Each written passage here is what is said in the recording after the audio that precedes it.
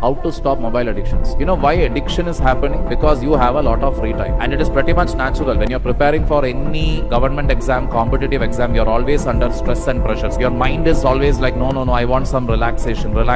Mind prefers to stay in a comfort zone. That is where routine will change things. Now, if you're not at all a disciplined individual, it becomes very difficult for what?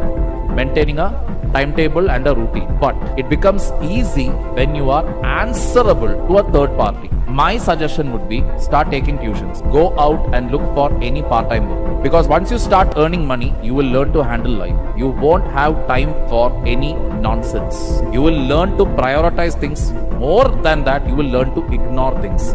Somebody said something, let them say. Oh, that person insulted me, let them insult.